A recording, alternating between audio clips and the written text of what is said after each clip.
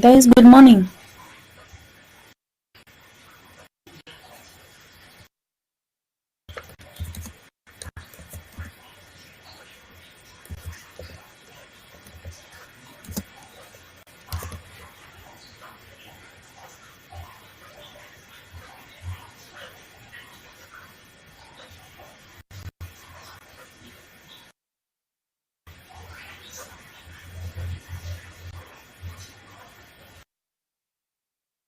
But I can't hear you people. I can't hear any one of you.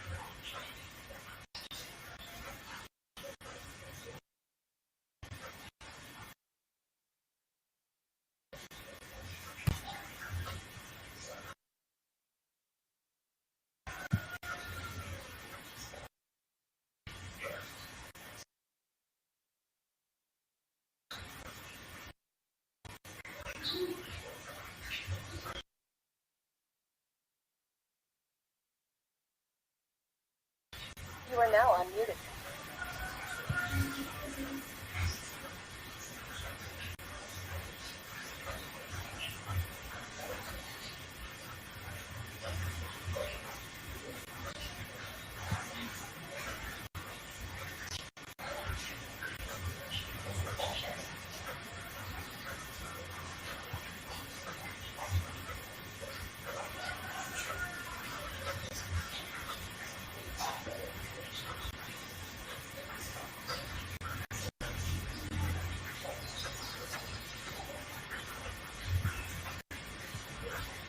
Okay, if you can hear me clearly, I think we can share one or two things about our expectations on this unit. I don't know if you've done the same for some of the units, but I think the procedure, the method, or the methodology is still the same. The microphones, I can't hear you people from your end, but I've not muted anybody. So I should be able to hear your voices, which I can't hear. But from my end, I've not muted anybody. So for mobile computing one, yes, Steven? I think people have joined using the only listen. And that's the problem, Yeah. Anyway, how many people are there? We are only having you and Washira.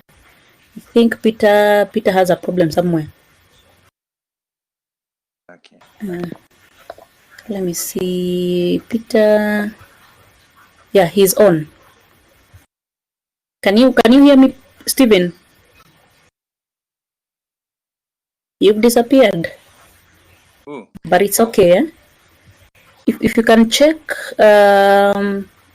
what I've provided, total, I've given you the course outline, and I've also given you notes for topic 1. Then I've also prepared an attendance, so I'm expecting that I'll check your attendance for today for this unit. Yeah, so I think we can go back to what is expected of us in this unit. Just like the normal learning, we'll be expected to attend our class online, and at the same time we'll be expected to do those other things that we normally do in normal classes, the cards, the assignments, and blah blah blah blah. Like I had given you in the welcome note, you'll be expected to at least engage yourself in some of those activities that I'll be providing. So if I give you a learning activity after a particular topic, I'll expect that you'll respond to it within the provided time frame. So if I give you a week or a day to work on it, I'll expect to see that feedback within the shortest time possible, or within the provided time limit. For the cards and probably any other assignment that might need to take longer, I'll always be communicating via the portal. Okay, so what matters for us is attendance and participating in whatever is required of you. Okay. So I don't know, I believe you have done some data communication units, and that's what is going to provide us with a basis for this unit, of which you'll be expected to understand more on what happens when devices communicate wirelessly, or when devices use mobile technology to communicate. So we'll be expected to borrow some leaves from what you people did in data communication. I don't know which unit you've done. So for mobile communication or mobile computing, we are basically interested in looking at how devices are able to link each other, or maybe how devices are able to connect to each other, so that they can be able to share voice and at the same time also share data. So what we'll be looking at here, what we'll be interested in here, will be the mobile devices and the wireless technologies. What are their characteristics? How do they behave when they're communicating? And at the end of the day, how is communication effective? We have mobile communication and we also have wireless communication, but they go hand in hand. So we cannot talk of mobile without wireless, and we cannot talk about wireless without mobile. So we shall be using the terms interchangeably. Okay? So you will go through the notes, what I've provided, see what is available. I think for the first topic, it's just general introduction. I've just given a general introduction into networking, something multiplexing, something on switching. So you can just go through the notes. In case you'll be having any problems, you can always communicate. Okay, Stephen, you're back. Yeah. But you're on and off. Some technical issue. You're not, but you can hear me, eh? Yeah. Okay, let me share my camera. Let me share my camera with you. I don't know what the problem with the network is, but I can share the camera.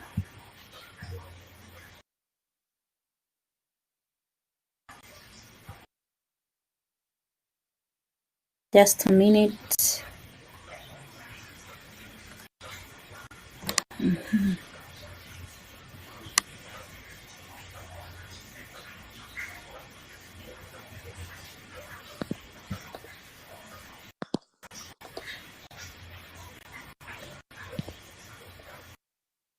Is it your network that has the problem, Stephen?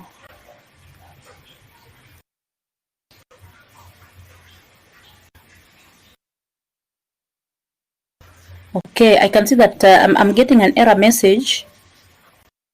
I'm getting an error message from the webcam settings telling me that it is not allowed by the user agent. So we can just chat. There's no big deal. We can just chat, or you can text me. You can send a message. Okay. So don't mind so much about the camera. just waste our time over nothing. Now, I think you're the same group that I'm also teaching advanced mobile, not advanced mobile, advanced database, of which we were to meet, I think, on Tuesday morning. But I hope you got my communication. I shared something via the portal. So I hope we're able to work together in both units as expected. So I'm not expecting any challenges from both ends, but you can always communicate in case of any challenges. Now let's come back to our business. Mobile computing. And I've said that mobile computing will always go hand in hand with wireless communication. So where does the difference come in? There might be a difference between mobile computing and wireless communication. But like I said, they go hand in hand. They work hand in hand. So when you talk of mobile computing, we are referring to using devices or maybe applying devices while you're mobile, while you're moving. So I'm making a call or I'm texting somebody, but I'm on the go. I'm not stationary. But when it comes to wireless, for wireless, I can be both mobile at the same time I'm stationed somewhere. I can be stationary at the same time I'm mobile. So for wireless communication, we can give examples of, for example, a computer lab. A computer lab where we have computers interconnected. And those computers are able to access the internet. If they're able to access the internet, they are not mobile. They're in that lab, in that computer lab. So they're not moving. They're not moving. So they're stationary. But they're still working using wireless technologies. But remember, we've said that mobile computing and wireless computing or wireless communication go hand in hand. So if you're on the go, if you're using a mobile device while on the go, you'll still be using wireless technologies. But if you're using a wireless technology, it is not a must that you be mobile. But for you to participate in mobile communication, you must use wireless technology. So like I said, the two will always maybe be used interchangeably, but there is a very thin margin in between the two terms. So we will be looking at or maybe in the first chapter, I've talked about the devices or maybe the components that can be integrated in a network. For any given communication system, there must be a network. There must be an interconnection of various components. So I've given a number of components that can be integrated in a network, including a server, including some processors like the hub, the switch, the bridges, and what basically they do in a network. That's just the introductory part. But maybe we can focus more on some later content on same chapter. Forget about the components. Those are things that we can just run through and be able to understand. But then there is something I've talked about called switching in mobile computing.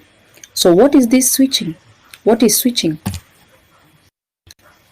It is not the electricity switching on and off, but switching is a technique that is used by mobile devices or used in mobile computing to facilitate the movement of a signal from a sender to a receiver.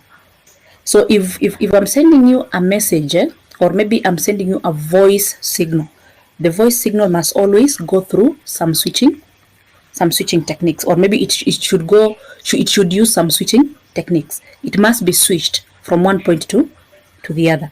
So what normally happens is that there is a technique called circuit switching. I don't know how you pronounce it. Maybe you call it circuit, but I pronounce it as circuit switching.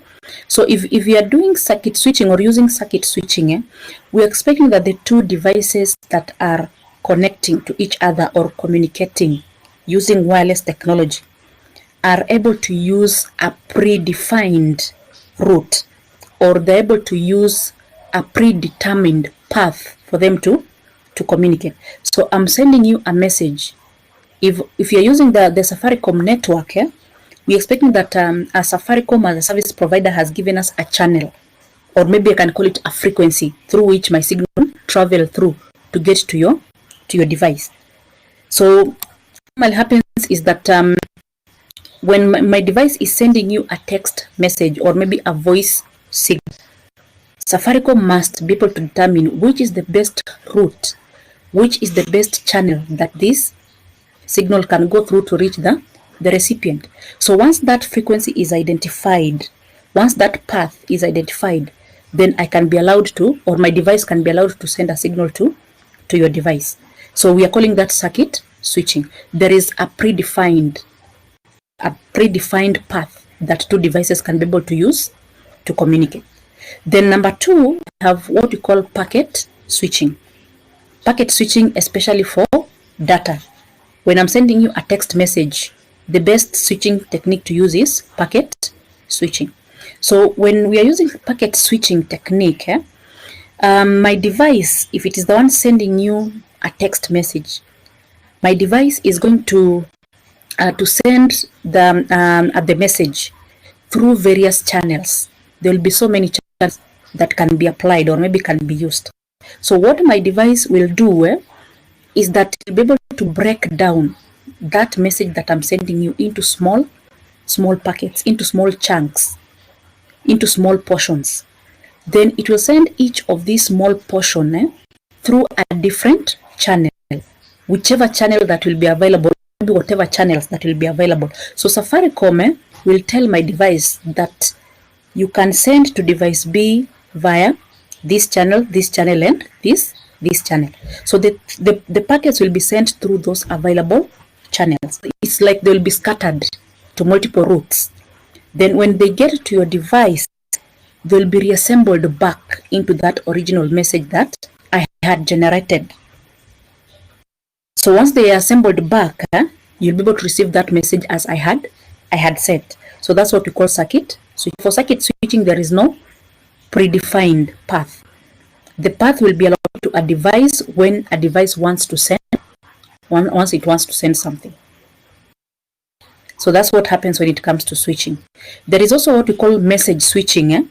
Although message switching is not that currently in use in communication, but what happens in message switching is that it works in a similar way as packet switching. But the difference is that for message switching, once a message is sent and it gets to a particular link, or maybe it gets to a device like a hub, or maybe a device like a switch, it will be held permanently. It will be stored. That packet will be stored permanently. Then when another link becomes available, remember this is a network, and you're having so many devices interconnected. So once it gets to that link, it will be held permanently. Then once an available other link becomes available, it will now be sent from the first link to the second link for it to get to where you are, or maybe to get to your device. Okay? So it works similarly to packet switching, but it's not that much used because it takes time. If a device is going, if a signal is going to be held somewhere for the availability of a channel, then it poses a challenge to communication. So what happens is that the techniques that are most preferred are circuit switching and packet switching. I don't know if you're able to get your microphone on, so that I can at least be able to hear you. I want to know whether we are together. I might be talking to myself from this other end.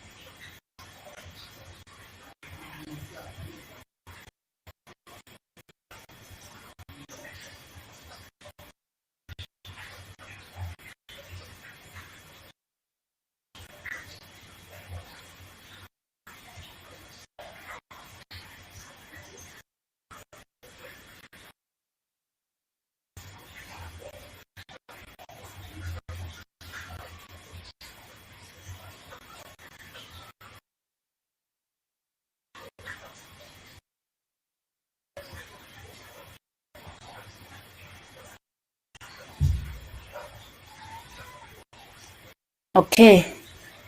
Since it's only Stephen who is around and who is kind of active, from the notes that I have provided, I hope you can see the presentation. Stephen, I hope you can see the presentation. I'm just through the slides because I want us to see what is switching that you're talking about.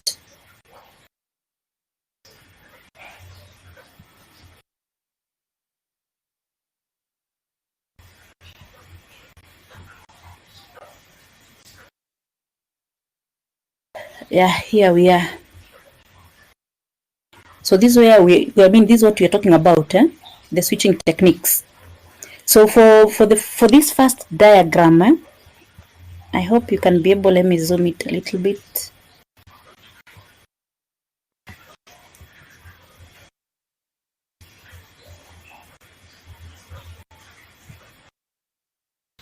Yeah, it's now, we can just put it on full screen. If you can still hear me, Stephen, this diagram here is giving us a circuit switching network. So if you can, we can go through that that diagram. You can see the nodes, or you can see the nodes and the network stations. The nodes being indicated by the circles, and the network stations being indicated by the square shapes. So when you talk of a network station, that network station is like the device that is intending to send a message, or a device, a mobile communication device connected to a network. Then between these mobile devices, we have so many nodes. Nodes are like the link. They're like those stations inside that network that are facilitating communication between the various mobile stations, or maybe the mobile devices. So what happens here is that in circuit switching, we can take example of B communicating to E. So if B wants to send a message to E, what happens here is that B to E, there must be a dedicated route. There must be a dedicated path. For this case of ours, if you can see the key down there, we're having a dedicated connection. And for this example, we're having A connecting to E. So if A is to connect to E, there must be a path through 4, 5, 6 to E. So that must be there. It must be ready. It must be available if A wants to communicate to E. And that's what you are calling the dedicated path, the dedicated connection. So if there is anything to happen between A and E, there is some route to rely on that is already available. But then when it comes to the second technique, that we are calling, let's go to the next slide, packet switching. For packet switching, what we are saying here is that there is no dedicated path per se, but in as much as no dedicated path, that doesn't mean that devices cannot communicate. So if for our case, we can go back to our early example, B wants to send something to E. At the end of the day, whatever B wants to send to E can go through as many available channels as possible. So for this example of ours, see that B wants to send a packet to E. And this packet, like I had mentioned, has to be fragmented. It has to be broken down into multiple, or into smaller packets. So what B is sending is A, B, and C. Or we can say that this is an entire message, an entire data signal that B wants to send. But this data is broken down into 3 small chunks, 3 small packets. Then for them to be sent to A, they're being sent through I think how many channels? 2 different channels. So is communicating to E via the route 1, 2, 3, 6 to Just a minute.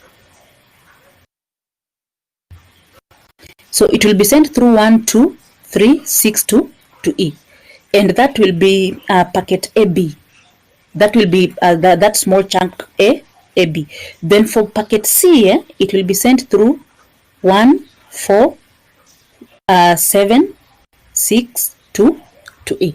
So that's what you're calling packets, using multi channels to send a given signal, a given data signal to multiple, to a user through multiple channels. So that's what happens in switching. So switching is just a technique of moving signals from one point to another. I hope you're together to that point, Stephen.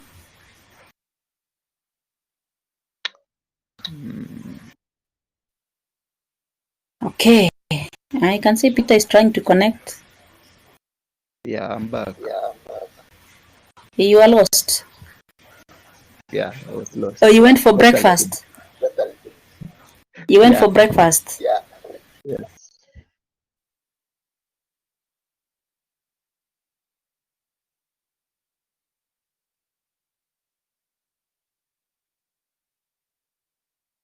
Hello. Hello.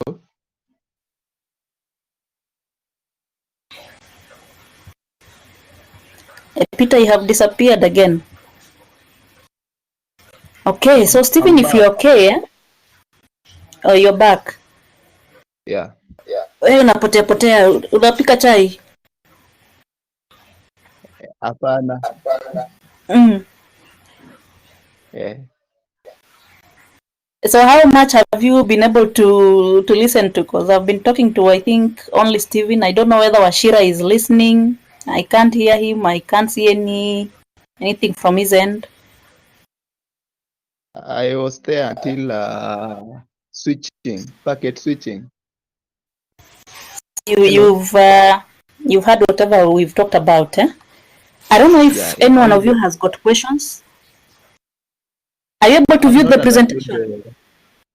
I'm able. Pardon? I'm able to view the presentation. Mm-hmm. And you're saying you've not understood. There's something you've not understood. Yeah, I've not heard you explaining the presentation. There was just we talked about the introductory part on the components, but I didn't dwell so much on it. I just went to packet switching because there's a lot on this chapter that we need to cover. Eh? Now, you're saying you didn't understand what I said about packet switching, or maybe the general switching technique. Packet switching. Packet switching, eh? Whatever I was trying to demonstrate here. Yeah. What I was trying to demonstrate here was that in packet switching, we are saying that if a signal is to be sent from a mobile device, a particular mobile device to another, that signal will have to be transmitted through multiple channels. So we are not expecting that within the network there is a path, a dedicated path for the two devices to communicate. But what the service provider will do, I think we'll talk more about what normally happens behind the scenes. But let's just talk generally currently, because you're just introducing the unit. So what normally happens is that if I'm sending something to you, for example, Peter, my signal, my data signal will be transmitted to you through various channels, various communication links, or maybe I can call them various frequencies. So there is no one path, there's no one dedicated path for communication between me and you, which means that if you're using Safaricom as our service provider, Safaricom will wait until I want to send something to you. Then that's the time it will provide me with the various available channels. But if you're using circuit switching, for circuit switching, there will be a route, there will be like a highway that has been provided for us. It is there. And what normally happens, if I can just just mention it, when your device is your mobile device for that purpose, maybe I can talk of the cellular phones. When your cellular phone is on, when it is up and active, it normally identifies the various available frequencies or the various channels that could be available. Then when it wants to send something, it will use what it had monitoring. So it will identify the channels that are available, then it will stock one, it will pick on one frequency and monitor it. So when it wants to send something, it will use that frequency that it had been monitoring. So that frequency that it had been monitoring is what we are calling circuit switching technique. There is a dedicated path. It knows that I want to communicate to this device via this path, and therefore that must be provided in the network. But for packet switching, the device will have to be allocated the routes. I don't know if you people did routing, but routing is just like a mechanism of transmitting a signal through airwaves from one device to another. And for routing to take place, there must be those frequencies available. Those frequencies, or maybe we can call them channels, they must be available. So for packet switching, whatever routes that could be available, whatever frequencies that could be available will be used by, for example, this station B. It will be used by B to connect to E. So like I had said, B will use 2 routes, and those are the routes that are available in that network. So that's what happens in packaging. Okay. Unless somebody else has got a question, you can chat if you can't use your microphone. Get questions from you? No. Peter, are you okay? Yeah, I'm okay. For the rest that I can't hear your voices, probably you can chat me on any questions that you could be.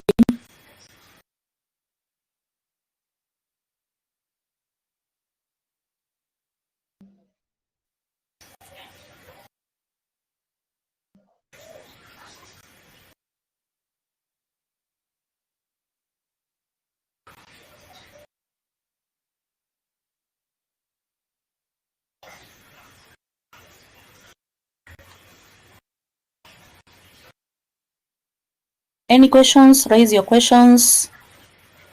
Washira, any questions? You people are busy taking tea. No, I'm here. Yeah, no questions. For now, I have no questions. For now, just for now. Okay. It's okay. Okay, so like I had noted earlier, we have the notes available for you. We have the notes. We have the switching topic. We also have this topic on multiplexing. Maybe we can discuss it briefly. For multiplexing, how it comes about in a mobile computing environment is that remember there are usually so many people in a particular intending to communicate. We want to share something, and we are so many of us. That doesn't mean that within that network, each one of us will be given a path, a frequency to communicate to a second party. So if, for example, you have 1 million people who want to communicate to 1 million other people, that doesn't mean that we need 1 million channels for these people to communicate. But we can use the least number of paths, the least amount of channels to allow these 1 million people communicate to the million people. So what normally happens in multiplexing, it's a technique that is used to combine signals. Multiplexing is a technique used to combine signals, in the sense that these 1 million people intending to communicate, the 1 million people intending to communicate can use, for example, only 200 channels for them to communicate. So it means that the 100 signals from the 100 users will be combined. They'll be combined into batches to form, or maybe to use only 200 channels. So at the end of the day, what normally happens here is that can have let's say 500 people, or maybe that's on the higher end, maybe we can have 200 users being allowed to use one path, being allowed to use only one route. And if you can see that diagram on multiplexing, it's really explaining what happened here. So we are having as many computers, as many users as possible on the left. All these people want to communicate to these other people on this end. So these three people, these three users, can use a single path. They can use a single path to have their signals delivered to the recipients, the respective recipients. So we are saying that their signals will need to be multiplexed. They'll need to be combined, to be put together using a multiplexer. So a multiplexer is a device that puts signals together. Then the multiplexed signal will just be transmitted via one route, via one frequency. So you don't need a million frequencies. You only need, or you don't need the 3 frequencies for our case. We don't need 3. We only need one frequency. So that one frequency will be used to send the signals. Once they get to the recipient, to the recipient, or maybe the receiving end, they will be demultiplexed. So in this diagram of ours, DEM simply means demultiplexer. MU means multiplexer. So the signal that has been multiplexed will be demultiplexed. To demultiplex is like to separate that signal into its respective smaller components or constituents. So it will be the signal will be broken down, then sent directly to the intended recipients. So that's what happens in multiplexing. So there are different techniques that again are used in multiplexing, including what you're calling frequency division multiplexing, and we also have what we call time division multiplexing. What happens in frequency division multiplexing, like that word suggests, frequency division. Frequency division simply means that multiple signals can be combined and be allowed to use one frequency. So if for example, the frequency is 100 megahertz, all of them will be sent via 100 megahertz. I don't know, you people use set-top boxes for receiving TV channels. We can look at that set-top box as an example of what happens in frequency division. So that set-top box will receive as many channels as possible. I normally see them indicating, I don't know, 70 what channels received, whatever channels received. So they have been put together, they have been received as one big channel. But if you want, for example, in NTV, it must be demultiplexed from the set-top box. If you want to view another TV channel, again, it must be separated from what has been received. So they were all sent via a particular set-top box, or maybe via a particular route. Then when it comes to receiving them, they will be separated, because remember they had been combined. So they'll be separated to allow each recipient to receive what he or she intended, or maybe was supposed to have received. So in frequency, like you can see in that diagram, we are having multiple channels that have been combined. They have been combined, but they are separated by what you're calling a guard band. A guard band is like a space between the two channels that allows the two channels not to collide, not to interfere with each other. Okay, it only protects, or maybe it is used for protecting the channels so that they don't mix up. There is something we call a crosstalk when it comes to communication. So if you're having two channels sending signals and they're not separated, they're not guarded, then they might end up interfering with each other. So they'll like generate some noise that will interfere with the other channels. So the guard band is there to at least reduce crosstalk as much as possible. So that's what happens in frequency division.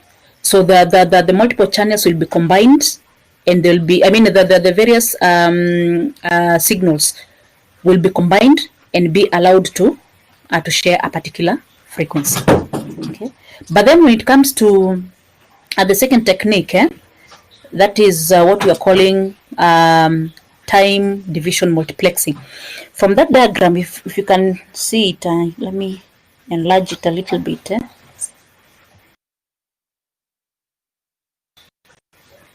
For time division multiplexing, if you can see it, we are having again the three computers that want to to communicate, and whatever they want to send, the signals they want to send will be multiplexed. Then when it comes to sending signals, they will be sent via a particular time that has been provided. So for example, computer 1 will be told, send what you want to send during this particular time.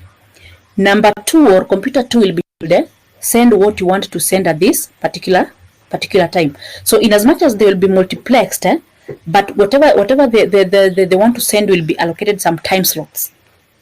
There will be allocated time slots. So if you can see that diagram of ours, we are having the three signals from the three computers, C, B, and A, or maybe we can just say A, B, and C.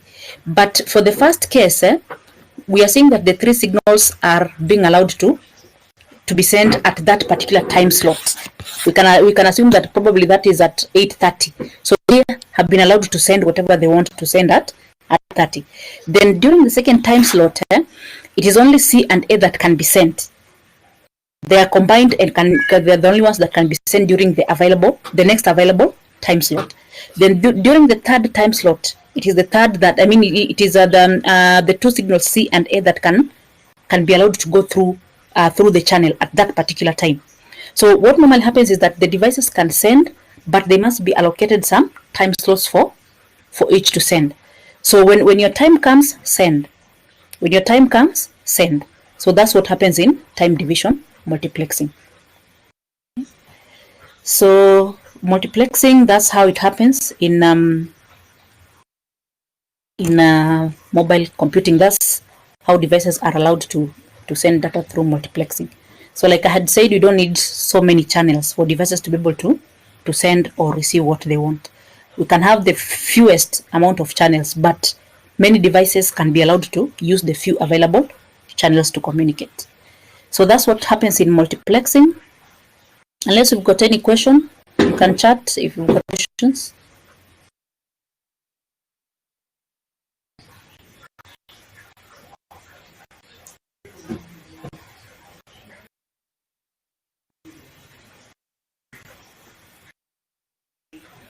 Any questions, Stephen?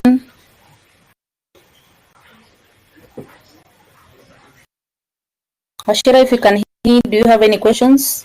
And Peter? Yeah, just a clarification. Mm-hmm. In time division multiplexing, what you mean is that the frequencies are allocated different times. Not the frequencies, eh? What normal happens if I'm communicating to you, remember I'm communicating via a particular frequency. Okay. Are we together? I'm communicating to you via a particular frequency, and that frequency that I'm using to communicate to you can be shared by other people, which means that if we are having 4 people, for example, communicating, they'll use this same frequency that I'm using to communicate to you. But the first person, as that first person is me, I'll be given my time to send what I want to send to you. Are we together? Then number 2 will now again be given his time to use the same frequency to communicate to somebody else. Then somebody else, number 3, will again be allowed to use the same frequency at a particular time. So our times have been, or maybe we are given different time slots. That at 8:30, Miriam can send to Peter. At 9:45, Washira can send to Peter or somebody else. At 9:50, Stephen can be allowed to send to somebody else, but using the same frequency. Tuko pamoja hapo, Peter? Sawa. Okay. Pamoja. I hope, Stephen, you are back, because I'm seeing you got lost. If you have any questions.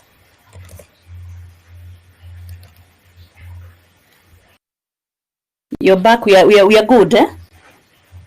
Okay. Anybody else with any other question? Any other question?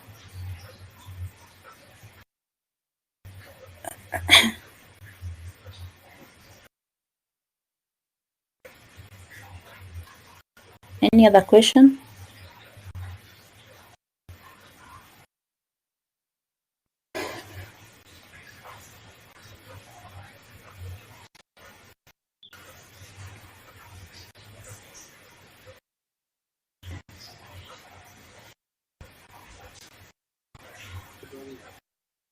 I'm waiting for your questions.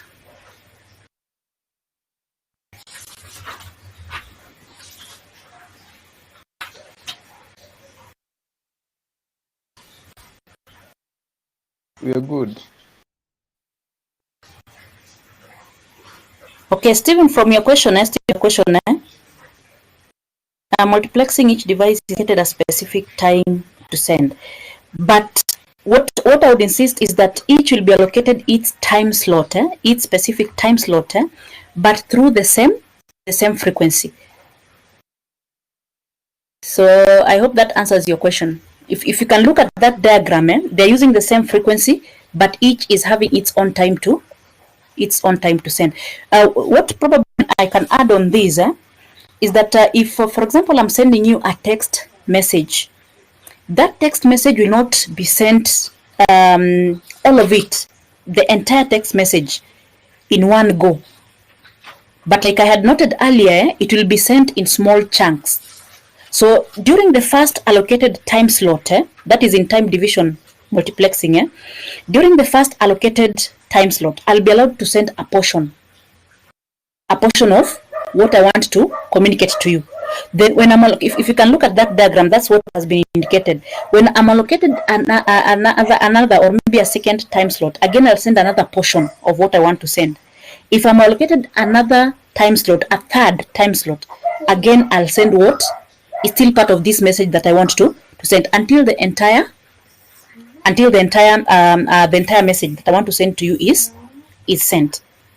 So I can send my message in small chunks, but during the allocated time slots in the network. So each device will always have time to send, will be given or will be told when to send. So send the first chunk, this time send the second chunk, this time send the third chunk. But this happens so fast, such that as a recipient, you'll not notice that your messages are coming, unless it is a very long message. If you've noticed with long messages, they normally talk of updating message.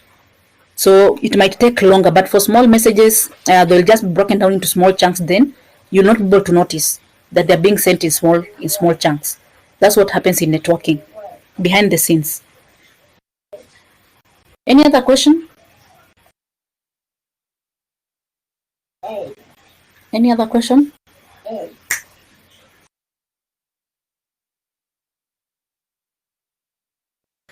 Washira, do you have any question if you are on?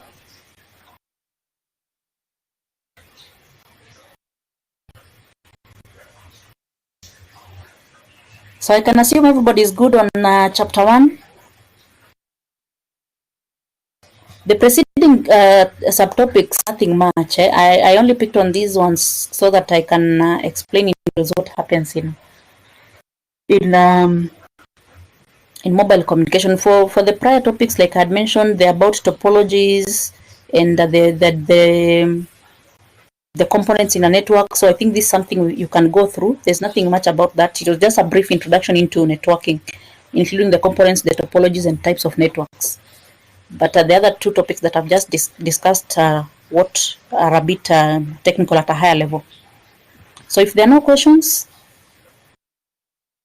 can we call it a day today?